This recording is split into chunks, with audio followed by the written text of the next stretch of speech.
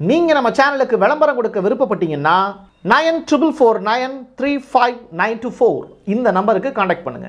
அமெரிக்க அதிபர் Donald Trump McDonald அப்படிங்கிற நிறுவனத்திற்காக கொடுத்திருக்கக்கூடிய மிகப்பெரிய சலுகை என்ன? ஸ்டீல், அலுமினியம் இதை வச்சு உலகின் பல்வேறு நாடுகளுக்கு டொனால்டு ட்ரம்ப் வச்சிருக்கக்கூடிய மிகப்பெரிய ஆப்பு என்ன?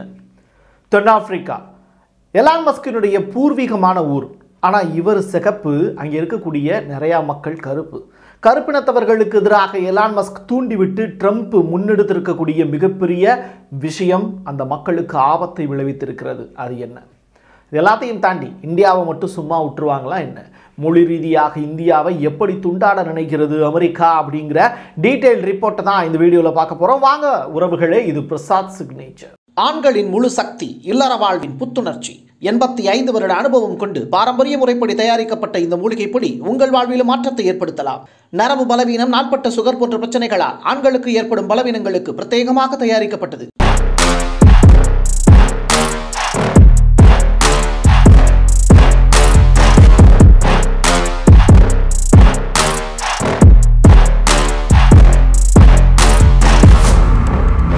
வேர்ல்டு ஹெல்த் ஆர்கனைசேஷன் தொடர்ச்சியாக முன்னெடுத்து வரக்கூடிய ஒரு விஷயம், பிளாஸ்டிக் கழிவுகளை மொத்தமாக பூமியிலிருந்தே அப்புறப்படுத்தணும். பிளாஸ்டிக் மனித சமூகத்திற்கு விரோதமானது அப்படிங்கிற விஷயம்.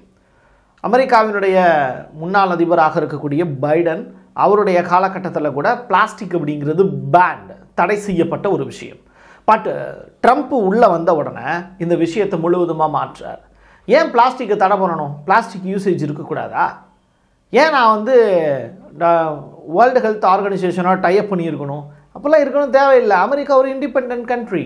ஸோ பிளாஸ்டிக்கை நான் அன்பேன் பண்ணுறேன். பிளாஸ்டிக் எல்லா இடத்துலையும் பயன்பாட்டில் வரணும். ஏன் நம்ம குடிக்கக்கூடிய ஸ்ட்ரால இருந்து வெறுமன சப்புன்ல இருக்குது. எப்படி வெறுமன பேப்பரில் வச்சுருந்தாங்க அப்படின்னா அது எப்படி ஸ்ட்ரா நல்லாயிருக்கும் அப்படின்னு சொல்லி ஒரு முடிவெடுக்கிறாரு. எல்லா உணவகங்கள்லையுமே இனிமேல் பிளாஸ்டிக் அனுமதி இருக்குது அப்படின்னு. நீங்கள் ட்ரம்பினுடைய ஆட்சி காலத்துக்கு முன்னாடி ஒரு நியூஸ் ஒன்று வந்திருந்தது இங்கே யூகேல. அது என்னென்னா, மெக்டொனால்டு நிறுவனத்தில் சாப்பாடு சாப்பிட்டவங்க டேஸ்ட் இல்லை அப்படிங்கிற ஒரு விஷயத்தை மையப்படுத்துகிறாங்க. அதே மாதிரி அவங்க குடிக்கக்கூடிய கப்பு இருக்குல்ல, அது எல்லாமே எப்படி சொல்கிறது, பிளாஸ்டிக்கில் இருக்கிறத அவங்க விரும்பலை அப்படிங்கிற மாதிரியான விஷயங்கள்லாம் பேசு பொருளாக மாறுச்சு. உடனே மெக்டொனால்டு நிறுவனத்துக்கு ஏகப்பட்ட கண்டனங்கள் குவிஞ்சுது. உலகின் பல்வேறு நாடுகள்லையும் இந்த இஸ்ரேலிய கம்பெனியாக இருக்கக்கூடிய மெக்டொனால்டுக்கு எதிர்ப்பு குரல்கள் பயங்கரமாக சர்க்குலேட் ஆச்சு. மெக்டொனால்டுடைய வர்த்தகம் டோட்டலாக பாதிக்கப்பட்டுச்சு. உடனே டொனால்டு ட்ரம்ப் என்ன பண்ணாருன்னா, மெக்டொனால்டு நிறுவனத்துக்கு நேரடியாக போய் தானே சமைச்சு கொடுக்குற மாதிரியான ஒரு ஃபோட்டோஸு வீடியோஸ் எடுத்து அப்லோட் பண்ணுறாங்க ட்ரூத் சோஷியலில். உடனே மெக்டொனால்டுடைய நிறுவனம் ட்ரம்ப் ஆதரவாக இருக்காரா மெக்டொனால்டுக்குன்னு சொல்லி மறுபடியும் பூம் ஆகுது அதனுடைய வணிகம். அப்போது அந்த டயத்தில் பேப்பர் அப்படிங்கிற ஒரு விஷயமும் பிளாஸ்டிக்கை தூக்கி போடு அப்படிங்கிற விஷயமும் பெரிய அளவில் பேசு பொருளாக மாறுச்சு. இப்போ ட்ரம்ப் மறுபடியும் ஆட்சி பீடத்துக்கு வந்துட்டார். மெக்டொனால்டுடைய பொருட்கள் எல்லாமே மறுபடியும் பிளாஸ்டிக்காக மாறுது. ஸோ அமெரிக்கா மட்டுமல்ல, உலகின் பல்வேறு நாடுகளும் இனிமேல் பிளாஸ்டிக்கை ரீப்ரொடியூஸ் பண்ணுறதுக்கான வேலைகளை தொடங்க போகிறாங்க. முழுவதுமாக பூமியை விற்று அகற்ற வேண்டிய இந்த பிளாஸ்டிக்கை மறுபடியும் மீள் பயன்பாட்டுக்கு கொண்டு வருவதற்கான பெருமுயற்சி எடுத்து இந்த உலகத்தை காப்பாற்ற நினைக்கிறாரு ட்ரம்ப் அப்படின்னு சொன்னால் நீங்கள் நம்பவா போறீங்க? அடுத்ததாக ட்ரம்ப்பினுடைய ட்ரேட் வாருடைய அடுத்த பெரிய ஒரு ஆப்பு என்ன அப்படின்னா, அலுமினியம் அண்டு ஸ்டீல், எஃகு, இதற்கு விதித்திருக்கக்கூடிய தடை. பத்திரிகையாளர் கேள்வி கேட்குறாரு, இது குறிப்பிட்ட சில நாடுகளுக்கு தானா அப்படின்னு. இல்லை, எவ்ரிபடி அப்படிங்கிறார். எல்லாருக்குமே தான் இந்த டாரிஃப் அப்படிங்கிறார். ஆனால் இந்த ஸ்டீலு, அலுமினியம் எந்த நாடுகள் அதிகமாக உற்பத்தி செய்கிறாங்க, மேனுஃபேக்சரிங் எந்த நாடுகளில் அதிகமாக இருக்குது, எந்த நாடு அமெரிக்காவுக்கு ஏற்றுமதி செய்கிறாங்க அப்படிங்கிற விஷயத்தெல்லாம் எடுத்து பார்த்தா, அமெரிக்காவில் இறக்குமதி செய்யப்படக்கூடிய எஃகு அண்டு அலுமினியம் இதற்குத்தான் 25% வரி விதிச்சிருக்கார் ட்ரம்ப். அப்போ எந்தெந்த நாடுலாம் இந்த அலுமினியமும் ஸ்டீலையும் அமெரிக்காவுக்கு அதிகமாக எக்ஸ்போர்ட் பண்ணுறாங்கன்னு பார்த்தா, முக்கியமாக இந்தியாவும் அதுக்குள்ளே வருது, சைனா வருது, பிரேசில் வருது, சீனா வருது, அதோடு சேர்த்து ரஷ்யாவும் வருது, கனடா வருது, யுஏஇ ரைட்டா, யுஏஇ வந்துடுறாங்க, ஆஸ்திரேலியா வந்துடுறாங்க, அதை தாண்டி பிரேசில் வந்துடுறாங்க, மலேசியா, முஸ்லீம் நாடுகளில் ஒன்றாக இருக்கக்கூடிய மலேசியா, இவங்க எல்லாமே இந்த இதை நம்ம ஸ்டீலை தான் அதிகமான அளவில் அமெரிக்காவுக்கு ஏற்றுமதி பண்ணுறாங்க. அப்போ யாருக்கு ஆப்படிச்சிருக்காங்க அப்படின்னு கேட்டால், ஒன்று இஸ்லாமிய நாடுகள், இன்னொன்று பிரிக்ஸ் கூட்டமைப்புக்கு வைத்திருக்கக்கூடிய மிகப்பெரிய ஆப்பாக தான் பார்க்கப்படுது. இந்த அலுமினியத்தை பொறுத்தளவில் ரொம்ப ஸ்பெஷல் என்னன்னா, காப்பரை விட இது ரொம்ப எளிதாக மின்சாரத்தை கடத்தக்கூடியதில் வல்லது. எப்படினாலும் இதை மோல்டு பண்ணிக்கலாம் அப்படிங்கிறாங்க. அது மட்டுமல்ல, இது வந்து ஆப்பிரிக்காவினுடைய கினியா அப்படிங்கிற அந்த பகுதியிலிருந்தும் கிடைக்கிது.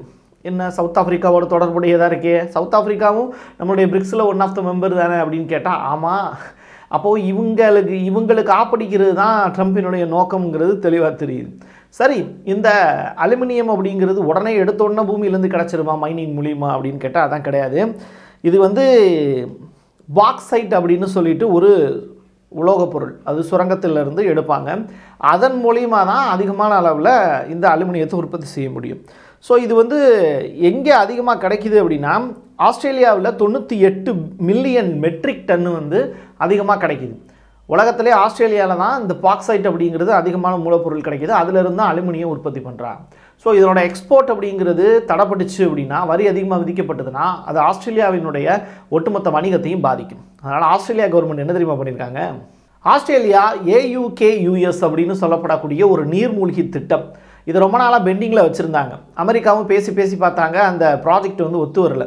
ஸோ ஆஸ்திரேலியா கிட்ட தொடர்ச்சியாக ரெக்வஸ்ட் வைக்கிறது பதிலாக அவங்களுக்கு ஏன் ஆப்படிக்கக்கூடாதுன்னு ட்ரம்ப் யோசிச்சார். இப்போது ஆஸ்திரேலியாவினுடைய வர்த்தக அமைச்சர் என்ன ஃபோன் பண்ணி என்ன சொல்கிறாருன்னா, அமெரிக்காவுக்கு நியூயார்க் சிட்டிக்கு, ஐயா ரொம்ப நாளாக கேட்டுட்டு இருந்தீங்கல்ல ஒரு டீலு, அது ஓகே பண்ணிடலாம், பட் வந்து நீங்கள் இந்த ஸ்டீலுக்கும் எக்குக்கும் விதித்த அந்த டாரிஃபை மட்டும் கொஞ்சம் நம்ம ஆஸ்திரேலியா கம்மி பண்ணலாமே அப்படிங்கிற மாதிரி ரெக்வஸ்ட் கொடுத்துருக்காரு. அடியாத மாட்டை பணிய வைக்கவும் எனக்கு தெரியும், வராத வாய்ப்புகளை உருவாக்கிக்கவும் எனக்கு தெரியும் அப்படின்னு தனி ஒருவன் படத்தில் வரக்கூடிய அரவிந்த் சாமி மாதிரியும் ட்ரம்ப் எடுக்கக்கூடிய முயற்சிகள்லாம் ரொம்ப வித்தியாசமானது தான். இதில் இந்த எக்குக்கும் அலுமினியத்துக்கும் டாரிஃபை எல்லா நாடுகளுக்கும் 25% விதிச்சிருக்காருல, இதனால் அமெரிக்காவுக்கு என்ன லாபம், மற்ற நாடுகள் எப்படி வந்து தன்னுடைய டோட்டலாக அதனுடைய ட்ரேடை எப்படிலாம் சேஞ்ச் பண்ணுறதுக்கு வாய்ப்பு இருக்குது அப்படின்னு சொல்லி பார்த்தா, அந்த நட்டத்தை ஈடுகட்டுறதுக்கு எலக்ட்ரிக் வாகனங்களுடைய விலை வந்து குறையிறதுக்கு வாய்ப்பு இருக்குது. அது மட்டுமல்ல, இப்போ எலான் மஸ்கினுடைய எலக்ட்ரிக் கார்ஸ்லாம் இருக்குல்ல, அது உலகளாவிய சந்தையில் எளிமையாக போட்டி போட்டு தன்னை வியாபாரப்படுத்திக்கிறதுக்கான வாய்ப்பு உருவாகுங்கிறாங்க. அந்நிய செலாவணி ஒவ்வொரு நாட்டிலையுமே அதனுடைய மதிப்பு குறைஞ்சு போயிடும். இதன் காரணமாக அமெரிக்காவினுடைய டாலருடைய மதிப்பு நிலைத்தன்மையோடு இருக்கும். இப்போ நம்ம இந்தியாவில் கூட 87 ரூபா உயர்ந்திருக்கு, 83லேருந்து 87 ரூபாயாக அதிகரிச்சிருக்கு. இது அமெரிக்காவுக்கு லாபம், பட் இந்தியாவுக்கு நட்டம். குறிப்பாக இண்டிகோ அப்படின்னு சொல்லிட்டு ஒரு விமானம் இருக்குன்னு வச்சுக்கோங்களேன். அந்த விமான நிறுவனம் என்ன பண்ணுறாங்கன்னா, தங்களுடைய விமானத்தை ஆப்பிரிக்கா இன்னொரு சில கண்டங்களுக்கெல்லாம் அவங்க குத்தகைக்கு விடுறாங்க. ஏன் அப்படின்னா, இந்த அலுமினியம் எஃகு உள்ளிட்ட பொருட்களால் ஏகப்பட்ட மேனுஃபேக்சரிங் நடக்குது. அதில் வந்து விமான தயாரிப்பு நிறுவனங்கள் இருக்காங்கல்ல, அவங்களுக்கு ஏகப்பட்ட நட்டம் ஏற்பட்டிருக்கு அப்படிங்கிறாங்க. ஸோ இந்த நட்டத்தை ஈடுகட்டுறதுக்கு அவங்க என்ன பண்ணுறாங்க, சண்டிங்கை அதிகமாக விடுறதுக்கு பதிலாக விமானத்தையே குத்தகைக்கு விடுறாங்க. இப்போ இண்டிகா விமானம் குத்தகைக்கு தான் போயிருக்கு. ஸோ விமான தயாரிப்பை நிறுத்திட்டு இப்போ எல்லா நிறுவனங்களும் என்ன பண்ணுறாங்கன்னா, அதை குத்தகைக்கு விட்டு சம்பாதிக்க ஆரம்பிச்சிட்டாங்க அப்படிங்கிற செய்தியும் இப்போ வெளியாகுது. நீங்கள் இண்டிகோ விமானத்தை வந்து செக் பண்ணிங்கன்னா தெரியும், அவங்க குறிப்பிட்ட சில நிறுவனங்களுக்கு இப்போது ஒட்டுமொத்தமாக சண்டிங் அடிக்கிறதுக்கு பதிலாக விமானத்தையே குத்தகைக்கு விடுறாங்க. இந்த மாதிரியான வேலையை செய்ய தொடங்கியிருக்கு இந்தியா சைடில் இருந்து. ஸோ இது ஏர் இந்தியாவுக்கு ஏற்பட்ட அதே நிலை தான் இப்போ இந்தியாவுக்கும் ஏற்பட்டிருக்கு. இப்படி ஏகப்பட்ட வர்த்தக சிக்கலை அமெரிக்காவினுடைய டாரிஃப் வந்து மறைமுகமாக ஏற்படுத்தியிருக்கு இந்திய பங்குச்சந்தையில் அப்படின்னு சொல்கிறாங்க. சவுத் ஆப்பிரிக்காவினுடைய அதிபர் சிரில் ராமபோசா அவர் என்ன சொல்கிறாரு, நில அபகரிப்பு சட்டம் அப்படின்னு ஒன்று கொண்டு வரார். அது என்னென்னா, 1994 சவுத் ஆப்பிரிக்காவில் ஏற்பட்ட அந்த கருப்பினத்தவர்களுக்கு எதிரான சதி என்னங்கிறது உங்களுக்கு தெரியும் இல்லையா. நெல்சன் மண்டேலாங்கிற மாதிரியான நபர்கள்லாம் உங்களுக்கு அறிமுகமானவங்க தான். அப்போது நம்ம வரலாறுகளை கடந்து அதற்கு பிறகு வந்து இப்போ அவங்க எடுத்திருக்கக்கூடிய முயற்சி தான், நம்ம ஊரில் இந்த பஞ்சமி நிலத்தைலாம் எப்படி வந்து மக்களை ஏமாற்றி பிடுங்கினாங்களோ மறுபடியும் திருப்பி கொடுக்கப்பட்டுச்சுல்ல, அது மாதிரியான ஒரு ஸ்கீமை வந்து இந்த தென்னாப்பிரிக்காவினுடைய அதிபர் செய்கிறார். இது அங்கே இருக்கக்கூடிய சிறுபான்மையினராக இருக்கக்கூடிய வெள்ளையர்களுக்கு பாதிப்பு ஏற்படுத்தும் அப்படின்னு ஒரு குரல் ஒலிக்குது. எங்கிருந்து? அமெரிக்காவிலிருந்து ஒலிக்குது. எலான் மஸ்க் யார்? தென்னாப்பிரிக்காவை தான் பூர்வீகமாக கொண்டவர். அங்கேருந்து படிப்புக்காக அமெரிக்கா வந்து இப்போ அமெரிக்கன் சிட்டிசனாகவே மாறிட்டார். சரியா? இப்போது அந்த குறிப்பிட்ட சில வெள்ளையர்கள் இருக்காங்க, அவங்க வந்து தென்னாப்பிரிக்காவில் இந்த கருப்பிடித்தவர்களை ஒரு பீரியடில் அறிமுகப்படுத்தி வச்சுருந்தாங்க. இது ஹிஸ்ட்ரி, வரலாறு.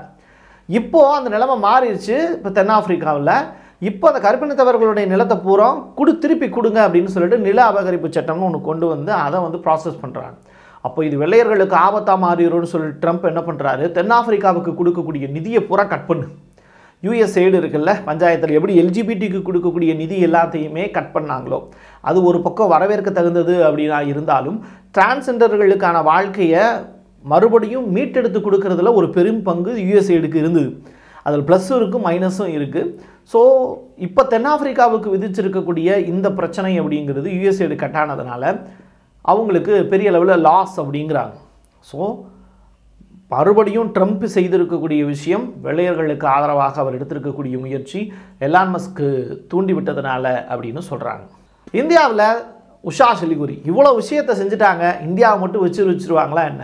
அதனால் அமெரிக்காவினுடைய துணை அதிபராக இருக்கக்கூடிய ஜேடி வான்ஸ் அவருடைய மனைவி தான் உஷா சிலிகுரி. இவங்க இந்தியாவை சேர்ந்தவங்க, மிக முக்கியமாக சில குரூப்போடலாம் ரொம்ப நெருங்கிய உறவில் இருக்கிறவங்க. அதுவும் குறிப்பாக நம்ம இந்தியாவினுடைய பாஜகவினுடைய அடிவரடின்னு சொல்லக்கூடக்கூடிய ஆர்எஸ்எஸ் அந்த குரூப்போடலாம் ரொம்ப நெருங்கிய உறவில் இருக்கிறவங்க. அது நல்ல விஷயந்தான், அது வந்து தப்பு கிடையாது. கொள்கை ரீதியாக அவங்களுக்கு பிடிச்ச இடத்தோடு அவங்க தொடர்பில் இருக்காங்க. ஆனால் சான்ஸ்கிரிட்டை பெரிய அளவில் வளர்க்கணும் அப்படின்னு அவங்க அமெரிக்காவில் இருந்து இந்தியாவுக்கு அதிக அளவில் நிதி கொடுக்கறதுக்கான முயற்சியில் ஈடுபடுறாங்க அப்படிங்கிற செய்தி. ஸோ இங்கே தமிழை வளர்க்கணும் அப்படின்னு உலகின் பல்வேறு நாடுகள் மூலமொழியாக இருக்கக்கூடிய தமிழை உலகம் முழுவதும் கொண்டு போய் சேர்க்கணும் அப்படின்னு முயற்சி பண்ணிகிட்டு இருக்கக்கூடிய இந்த நேரத்தில் பேச்சு மொழியாக மட்டுமே இருக்கக்கூடிய, எழுதக்கூட தெரியாது யாருக்கும், அப்படிப்பட்ட மொழியாக இருக்கக்கூடிய, பேச்சு மொழியில் கூட இல்லை சமஸ்கிருதம், அதாவது பாடையில் தூக்கி வச்சு கொண்டு போயிட்டாங்கன்னு வச்சுக்கோங்களேன். அப்படிப்பட்ட மொழியை வந்து டெவலப் பண்ணுறதுக்குன்னு ஒரு பெரும் முயற்சி நீங்கள் எடுக்கணும் அப்படின்னு இந்தியாவுக்கும் சொல்லியிருக்காங்க, அமெரிக்காவினுடைய ஆளக்கூடிய அரசுக்கும் சொல்லியிருக்காங்க. அப்போது மொழி ரீதியாக இந்தியாவையும் இங்கு பிளவுபடுத்துவதற்கு பெரிய அளவிலான ஒரு வேலையை அமெரிக்காவினுடைய துணை அதிபரின் மனைவி செய்து கொண்டிருக்கிறார் அப்படிங்கிற செய்தியையும் சொல்லி நிறைவு செய்கிறேன். என் கையெழுத்து என் மக்களுக்கானது உறவுகளே. மீண்டும் ஒரு பதிவில் சந்திக்கலாம். நன்றி, வணக்கம். நீங்கள் நம்ம சேனலுக்கு விளம்பரம் கொடுக்க விருப்பப்பட்டீங்கன்னா 9449359224 இந்த நம்பருக்கு கான்டாக்ட் பண்ணுங்கள். ஆண்களுக்கு சக்தியை அதிகரிக்கும் மூலிகைகளை தேர்ந்தெடுத்து நேர்த்தியான முறையில் தயாரிக்கப்பட்டது ஊட்டி நேச்சுரல் பவுடர். மூலிகைகளில் அனுபவம் கொண்ட டாக்டரால் உருவாக்கப்பட்டது. நேரில் வருபவர்களுக்கு மருத்துவ ஆலோசனை வழங்கப்படும். கொரியர் மூலமாகவும் பெற்றுக்கொள்ளலாம். தமிழ்நாட்டிற்குள் கேஷ் ஆன் டெலிவரி வசதியும் உண்டு.